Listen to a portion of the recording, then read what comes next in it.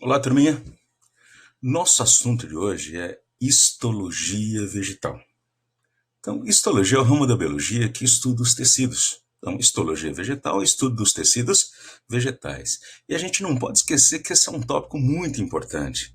Afinal de contas, até muito pouco tempo atrás, as algas eram classificadas no reino vegetal. E justamente por não apresentarem tecidos, não apresentarem grupos de células com funções definidas, né, é que foram retiradas do reino vegetal. Então, só pode pertencer ao reino vegetal hoje, na classificação moderna, tá, se os indivíduos tiverem tecidos verdadeiros, tecidos organizados. Então, é disso que a gente vai falar. Bom, basicamente, os tecidos vegetais são classificados em dois grupos: os tecidos meristemáticos, né? E os tecidos adultos. Tecidos meristemáticos são aqueles tecidos jovens, né? Um tecido vinculado à função de crescimento, constituído por células indiferenciadas, né? Células-tronco, e essas células indiferenciadas, elas vão se diferenciando, tá? E vão se transformando em tecidos adultos. Então, obviamente, os tecidos adultos são constituídos por células que já têm funções definidas, tá? Mas nesse primeiro momento, nosso assunto vai ser tecido meristemático. Num outro momento, depois, a gente fala sobre tecidos adultos ou permanentes, ok? Bom, e para começar, é muito importante que a gente saiba as diferenças básicas entre as células que compõem o tecido meristemático e as células que compõem o tecido adulto. Então, as células que compõem o tecido meristemático, elas têm a estrutura adequada para a sua função. Então, a função do tecido meristemático é o de crescimento. Então, essas células, primeiro, elas são indiferenciadas. Elas têm características de célula-tronco animal. Tá? Inclusive, a gente pode chamar de célula-tronco, célula-tronco vegetal. Tá? Então, são células indiferenciadas que ainda não se especializaram, mas que, por outro lado, podem se diferenciar em qualquer tipo de célula. Então, para poder desempenhar essa função, elas se multiplicam muito rapidamente por mitose. Então, elas são pequenininhas e isso facilita. Tá? Como elas se multiplicam muito rapidamente, não dá tempo de crescer.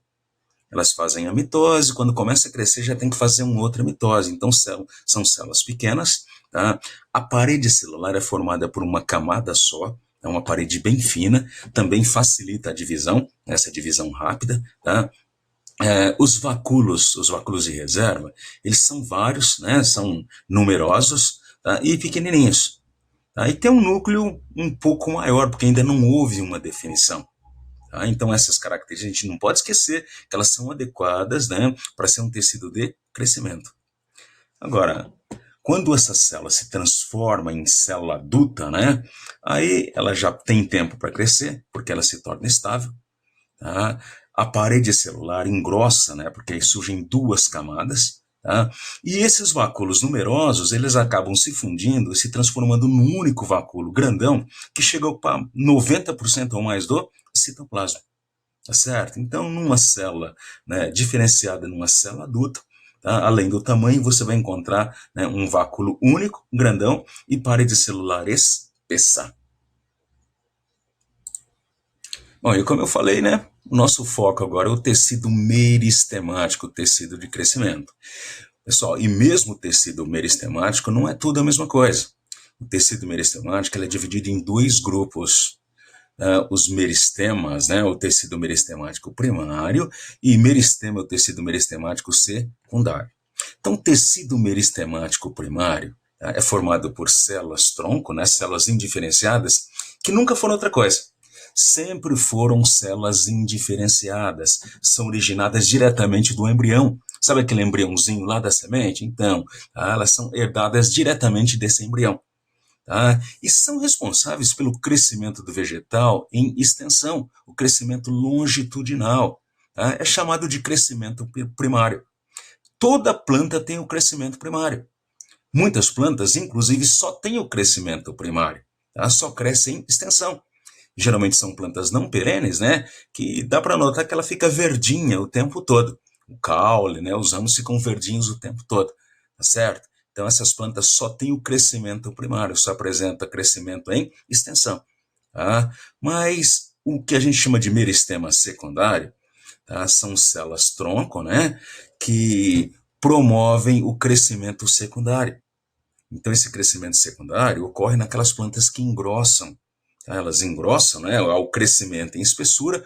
Então, uma característica interessante dessas células é que elas são desdiferenciadas.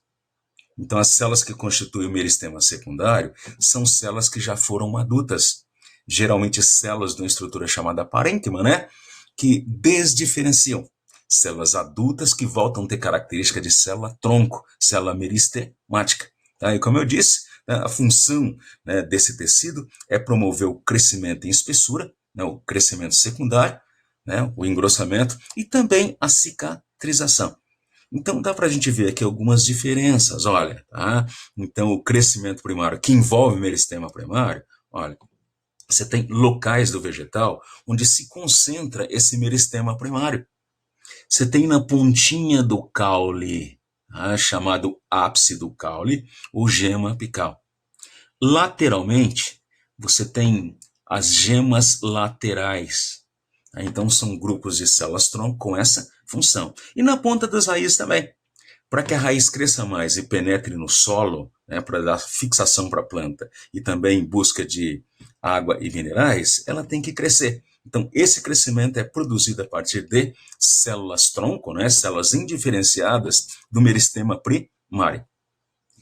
Agora, nas plantas que realizam crescimento secundário, tá, obviamente vem depois do crescimento primário. Como eu disse anteriormente, muitas plantas só realizam crescimento primário. E outras plantas, essas que crescem muito, né, que se tornam frondosas, após um certo tempo de crescimento exclusivamente primário, tá, ela começa a engrossar. Então, esse engrossamento surge a partir de células que são adultas, tá, que se desdiferenciam e voltam a ter característica de célula meristemática, né, característica de célula tronco. Ó, e aqui, né, vamos dar uma focada no meristema primário. Então, não se esqueçam que essas células sempre foram células-tronco, sempre foram células indiferenciadas. E olha as regiões da planta onde elas se concentram. Então, essas células, como têm característica de célula-tronco, elas são muito adequadas para fazer clonagem de plantas. Então, os experimentos com clonagem geralmente são utilizados células meristemáticas, tá? Que são células indiferenciadas. Não esqueçam de fazer a comparação. Nos animais a gente chama de célula-tronco. E não há nenhum mal, não é oficial, né? Mas não há nenhum mal em chamar essas células também de célula-tronco, certo? Então, aqui, né, no ápice do caule, esse grupo de células meristemáticas forma a gema apical. O que é a gema apical? Tá? Então, aqui você tem tecidos embrionários, grupos de células com funções relacionadas à produção das estruturas vegetais. Então, aqui tem células-tronco que vão formar o revestimento, tem outras células-tronco que vão formar estruturas de preenchimento, de sustentação, tá certo? E tem células-tronco que vão formar, tá, os vasos condutores. Então, essas células-tronco, elas estão envolvidas por folhinhas primárias. Então, essas células-tronco, né, envolvidas por folhinhas primárias, a gente chama de gema. Tá? Então, essa é a gema apical. Então, obviamente, né, localizada estrategicamente, é responsável pela planta crescer para cima. Agora, lateralmente dá para notar nos caules verdes, né? Você encontra as gemas laterais. Esse caule verde é aquele caule que só, por enquanto pelo menos, né, só fez o crescimento primário. Então você vai encontrar gemas laterais, também grupinhos de células-tronco que estão envolvidas por folhinhas primárias. Então, o desenvolvimento, né, a atividade desse tecido meristemático aqui vai originar as folhas, os galhos, as flores e, consequentemente, os frutos. Também são gemas, por quê? Porque estão envolvidas por folhas. Mas lá no ápice da raiz, esse grupo de células-tronco responsável pelo crescimento da raiz para baixo, né? A gente não chama de gema, tá? Porque não tem folhas, não tá, os grupinhos de células-tronco não está envolvido por folhas, tá certo? Então, é onde se localizam, tá, células, né, os componentes do meristema primário, tá, e suas funções. E aqui nesse esquema dá para perceber, né, como é que ocorre a atividade desse meristema. Aqui, por exemplo, né, a gema apical. Então, bem na extremidade, você só tem as células que ainda não sofreram nenhum tipo de diferenciação. Então, à medida que elas vão se multiplicando, elas vão se especializando. E faz parte desse processo de especialização o alongamento das células, elas vão crescendo. Então, elas vão se multiplicando, vão se diferenciando, vão se especializando e vão crescendo. Então, uma das diferenças que a gente viu entre uma célula meristemática e uma célula adulta tem a ver com o tamanho. A gente vai ver mais para frente, né, num outro estudo, né, como é que acontece esse alongamento, tá certo? Bom, e o meristema secundário, como eu falei, ele está relacionado com o crescimento secundário, com o crescimento em espessura, com o engrossamento. Tá? Então dá para perceber quando acontece essa transição, porque dá para notar no caule a mudança de cor e de consistência do revestimento. Numa planta que só tem a estrutura primária, que só fez o crescimento primário, tá? O caule é envolvido pela epiderme. A epiderme é uma camadinha única de células, transparente.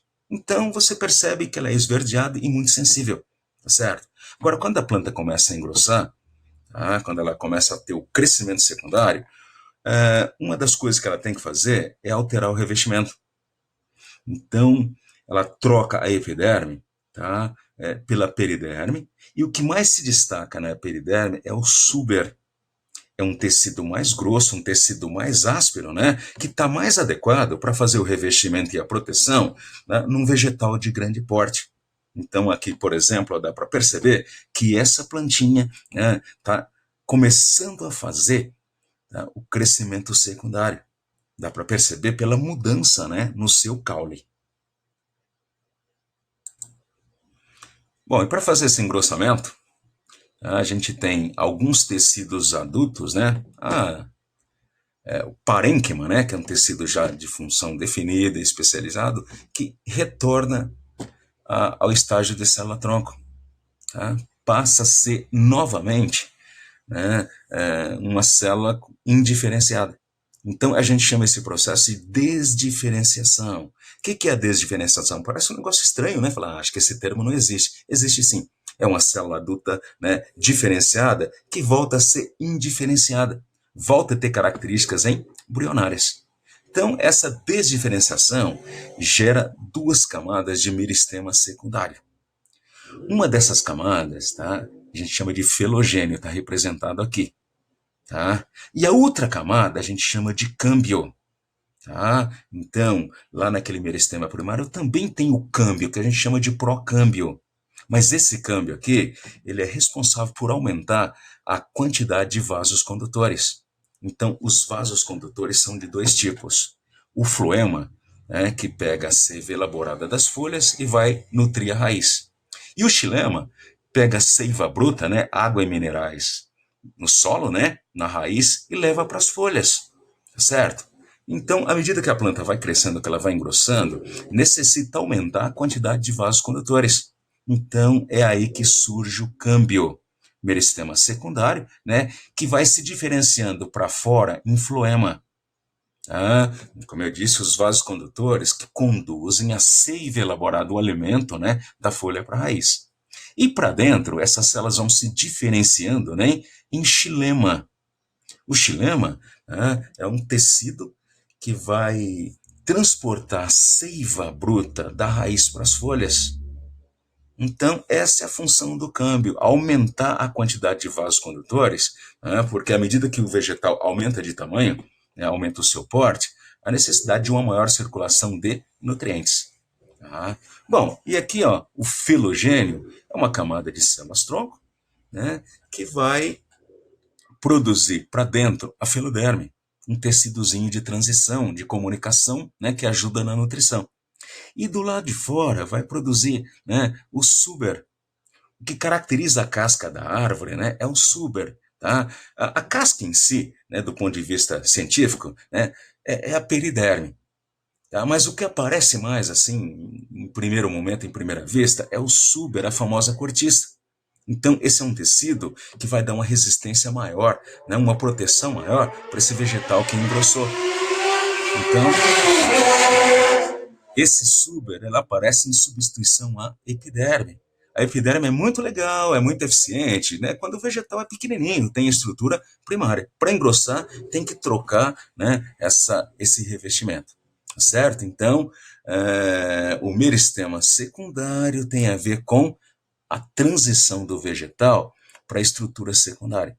E ele vai manter essa estrutura secundária, certo? Então, ó, dá uma olhada aqui na figura aí abaixo, né? Então, o felogênio, olha, vai trocar o revestimento, tá? A epiderme é trocada pela periderme, a casca. Como eu disse para vocês, o tecido que mais se destaca nessa casca, né, é o suber. Vamos falar sobre o suber, né, na nossa próxima aula, né, que é um tecido adulto. Tá? E o câmbio, né, o outro meristema secundário, tá? Ele está relacionado à produção de maior quantidade de vasos condutores de xilema e floema. Bom, e esses são os meristemas, né? Os tecidos de crescimento na planta, ok? Então não se esqueçam, muito importante, quando se falar em célula-tronco vegetal, está falando desse tipo de tecido. Ok? Experimento com clonagem, então sempre envolve o tecido meristemático. É recorrente nos vestibulares. Se você quiser ter sucesso ao clonar uma planta, a estrutura da planta que você deve explorar, né, para fazer um clone dela, tem que ser o tecido meristemático. Ok?